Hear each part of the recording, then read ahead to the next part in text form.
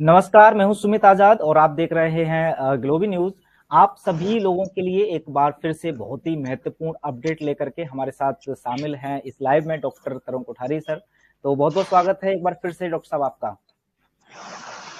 नमस्कार जी, तो डॉक्टर साहब सबसे पहले देखिए मैं पूछना चाहूंगा, काफी लंबे समय से हम देख रहे हैं कि आप लोगों के लिए आवाजें उठा रहे हैं और खासकर अभी जो जिन लोगों ने धोखे से या अज्ञानतावश या उनको फोर्स किया गया था, तो जो बूटी ले ली, अब बूटी के परिणाम देखने को मिल रहे हैं बहुत सारे नकारात्मक। ऐसे लोग जिनको बूटी का जो शिकार हुए हैं या कुछ नुकसान हुआ है, उसके लिए मुआवजे के लिए आप बड़े लंबे समय से आवाज उठा रहे थे। मैंने देखा कि आपने दिल्ली सरकार को काफी सारे मेल भी किए थे, लेकिन ये सब मेहनत का कुछ नतीजा क्या निकल पा रहा है? कोई सफलता अभी तक मिल पा रही है डॉक्टर साहब, या फिर अभी संघर्ष ही जारी है? भाई, आप ठीक कह रहे हैं।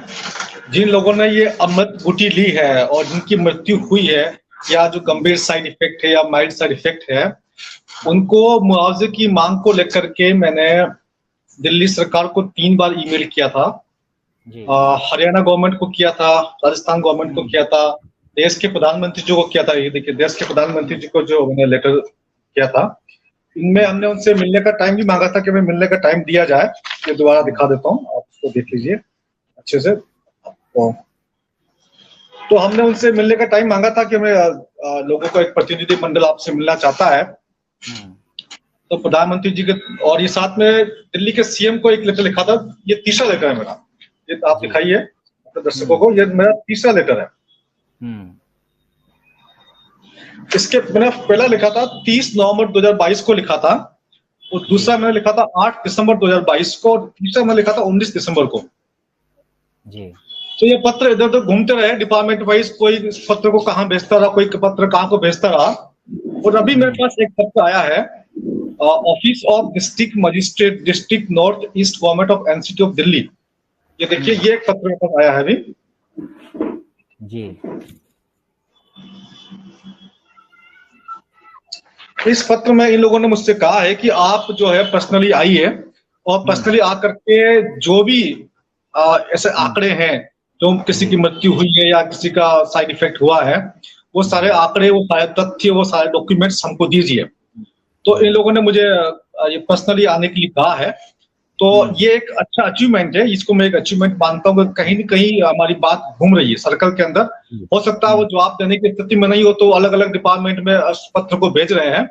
तो अब चूंकि इन लोगों ने मांगा है, तो मैं परसों यानी कि 22 तारीख को 22 तारीख को दोपहर 3 बजे मैं इस डिपार्टमेंट में जाऊंगा, और मेरे साथ में जितने भी डॉक्यूमेंट्स होंगे या जो भी प्रूफ होंगे, भैया क्या इसमें साइड इफेक्ट हुए हैं, क्या मौतें हुई है, कितनी हुई है, क्या अंदाजा हो सकता है, जो भी डॉक्यूमेंट्स हमें मिलेंगे, वो सारे डॉक्यूमेंट्स लेकर के हम एक बार उनके पास जाएंगे जी। ये हमारा परसों का प्रोग्राम है, 22 तारीख का दोपहर 3 बजे, नंद नगरी, office of district magistrate, Delhi. बढ़िया। चलिए, ये तो बहुत अच्छी एक अचीवमेंट है और सच में ये आपके कठिन परिश्रम का ही परिणाम है। अच्छा डॉक्टर साहब, जैसे कि आपने बताया कि आप चूंकि अब जब जाएंगे तो बहुत सारे डाटा आपके पास, जितना ज्यादा डाटा होगा उतना ज्यादा आपका पक्ष मजबूत होगा।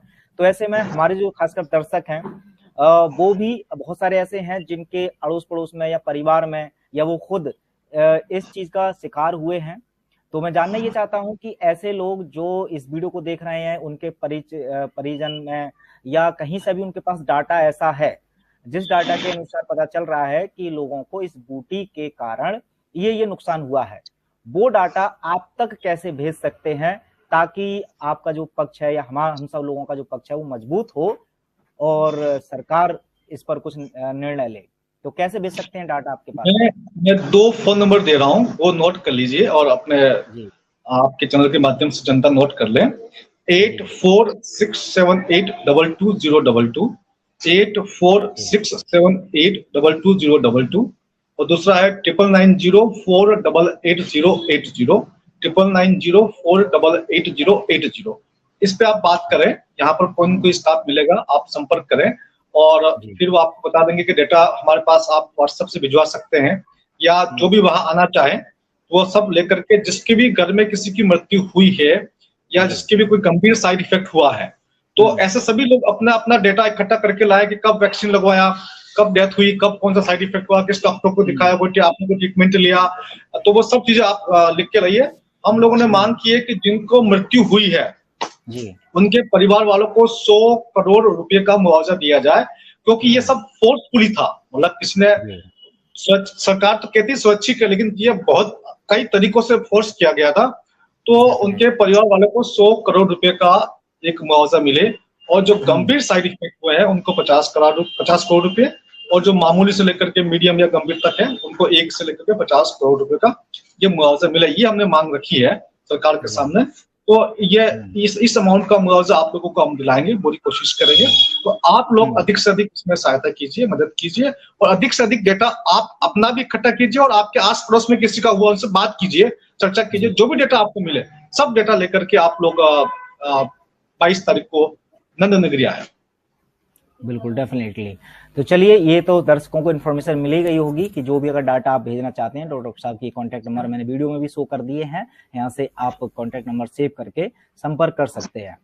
अच्छा डॉक्टर साहब, एक तो आपका ये मूवमेंट चल रहा था जिसमें काफी अच्छी सफलता जो आपने बताई, अभी 2 और आपके मूवमेंट चल रहे हैं। एक तो जो अभी हाल ही में आपका केस चल रहा है पटियाला कोर्ट में, पटियाला हाउस कोर्ट में, उसकी शायद मेरे ख्याल से लास्ट टाइम कुछ हियरिंग थी, तो उसको मैं चाहता हूँ थोड़ा संक्षेप में बताएं। उसके साथ साथ आपने एक बिल की भी पहल की है गायों को बचाने के लिए। इन दोनों मूवमेंट के बारे में जो जो कुछ अपडेट्स हैं वो आप संक्षेप में बता सकते हैं डॉक्टर साहब। 17 फरवरी को पटियाला हाउस कोर्ट में हमारे केस की डेट थी। उसमें हमने पटियाला हाउस कोर्ट में डिस्चार्ज एप्लीकेशन लगा रखी है कि जो भी चार्जशीट बनी है वो फ्रिवलस है, फ्रॉडुलेंट है, गलत है। मैं एक डॉक्टर के तौर पे अपनी संवैधानिक ड्यूटी पूरी कर रहा हूँ। आर्टिकल 51A के अनुसार प्रत्येक व्यक्ति का दायित्व होता है कि वो अपने देश के लोगों को बचाने के लिए जो भी उससे हो सकता है वो करे। तो मेरा एक संवैधानिक ड्यूटी है सच बोलने की, और एक आम नागरिक के तौर पर भी मेरी ड्यूटी है। तो मैं तो अपनी ड्यूटी पूरी कर रहा हूँ। अगर आप मुझसे पूछेंगे या कोई भी व्यक्ति मुझसे पूछेगा कि भैया क्या क्या साइड इफेक्ट होते हैं, है ना, इसके क्या क्या साइड इफेक्ट होते हैं, तो मुझे उसके बताने पड़ेंगे, या इसके अमृत बुद्धि के क्या साइड इफेक्ट्स होते हैं तो मुझे इसको बताने पड़ेंगे। वो मेरी एक ड्यूटी है, तो मैं अपनी ड्यूटी पूरी कर रहा हूँ। तो और किस प्रकार से जो सारा केस वो इलीगल है, फ्रॉड है, हमने बताने की कोशिश की है। तो बहस होने वाली थी, मतलब बहस के लिए उन्होंने, जज साहब ने पूछा था कि क्या आप लोग बहस के लिए तैयार हैं, तो हम लोगों ने कहा था कि जी हाँ, हम बहस के लिए तैयार हैं। लेकिन जज साहब ने उसकी अगली डेट दी है, तो जो अगस्त की डेट दी, 26 अगस्त की, 26 अगस्त को उसके ऊपर बहस होगी। और 26 अगस्त को एक अच्छी बहस, पूरे देश के लोगों को एक अच्छी बहस देखने को मिलेगी। हमारी ओर से भी तमाम सबूत दिए जाएंगे कि क्योंकि हम क्यों सही है और हमारा जो विचार है वो सही क्यों है। उनकी ओर से भी अपने जो तथ्य वो आएंगे सामने। तो पूरी देश की जनता को एक बहुत अच्छी बहस देखने को मिलेगी 26 अगस्त को, ऐसा 26 जुलाई को ऐसा एक अच्छी बहस देखने को मिलेगी। 26 जुलाई को, जी बहुत बढ़िया। अच्छा, बिल के बारे में भी कुछ अपडेट जो आप पेश आपने किया था, तैयार किया था एक गायों को बचाने के लिए बिल, उसमें अभी तक आपने क्या क्या डेवलपमेंट? अभी हमने एक बिल तैयार किया है, गौ सुरक्षा बिल, है ना। गौ सुरक्षा बिल एक प्रकार का कानून है। ये कानून दिल्ली के नाम से दिल्ली गौ सुरक्षा बिल, यानी कि दिल्ली का जो असेंबली है वो इस कानून को पारित करे, और जो गौ भक्त है या जो असली जो काऊ वॉरियर्स हैं, है ना, उनको क्या अधिकार मिलने चाहिए, वो किस प्रकार से किसी भी वाहन को चेक कर सकते हैं, उनके ऊपर हमला नहीं होना चाहिए, उनको एक कानूनी तौर पर मान्यता मिले कि वो इस प्रकार से काम कर सकें। इस बिल में तमाम इस प्रकार के प्रावधान है। उस प्रावधान को लेकर के हमने जनता के समक्ष रखा है। अभी इसके ऊपर चर्चा चल रही है, लोगों के सुझाव आ रहे हैं इसके ऊपर, और बहुत जल्दी इस बिल को लेकर के हम दिल्ली के केजरीवाल साहब के पास जाएंगे तो भैया ये बिल जो है वो आप अपने विधानसभा में पारित करो। अगर केजरीवाल साहब ये कहते हैं कि हमारा मुद्दा नहीं है, तो केंद्र का मुद्दा है, तो हम उनसे कहेंगे कोई बात नहीं, एक बार आप अपने विधानसभा में ये मुद्दा पारित कर दीजिए, आपके यहाँ बिल बन जाएगा। और अगर उपराज्यपाल, डिप्टी गवर्नर उसको पास नहीं करते हैं तो हम उनसे लड़ेंगे, नेक्स्ट स्टेप में वहां भी जाएंगे, और जरूरत पड़ी तो हम सेंट्रल गवर्नमेंट के पास भी जाएंगे। तो ये बिल पे बहुत अच्छा काम चल रहा है, लोगों का बहुत अच्छा रेस्पॉन्स आ रहा है, लोगों ने बड़ी अच्छी प्रतिक्रिया दी है, लोगों ने सुझाव भी दिया है, और लोग चाहते हैं कि इस प्रकार का बिल जो है वो दिल्ली गौ सुरक्षा बिल जो है वो पास हो। बिल्कुल। तो चलिए, बहुत महत्वपूर्ण आपने जानकारी दी। कोई फाइनल मैसेज हमारे दर्शकों के लिए और हो, आप क्या कहना चाहते हैं तो कह सकते हैं। अभी मैं ये कहना चाहता हूँ कि 22 तारीख को जो हम लोग जा रहे हैं दोपहर 3 बजे नंद नगरी ये डिस्ट्रिक्ट मजिस्ट्रेट ऑफिस में, वहां पर फिलहाल अधिक से अधिक संख्या में पहुंचे, और जो जिनके घर मौतें हुई है और जिनके साइड इफेक्ट्स हुए, उन लोगों को साथ में लाएं, उनके डॉक्यूमेंट साथ में लाएं, और अधिक से अधिक, क्योंकि हमारे पास अब समय कम बचा है, इस वीडियो को थोड़ा सा सब सोचा है ताकि जो आपकी जानकारी में है और आगे जो आपकी जानकारी में नहीं भी है, वहां तक अगर संदेश पहुंचेगा तो वो लोग भी वहां तक आ पाएंगे।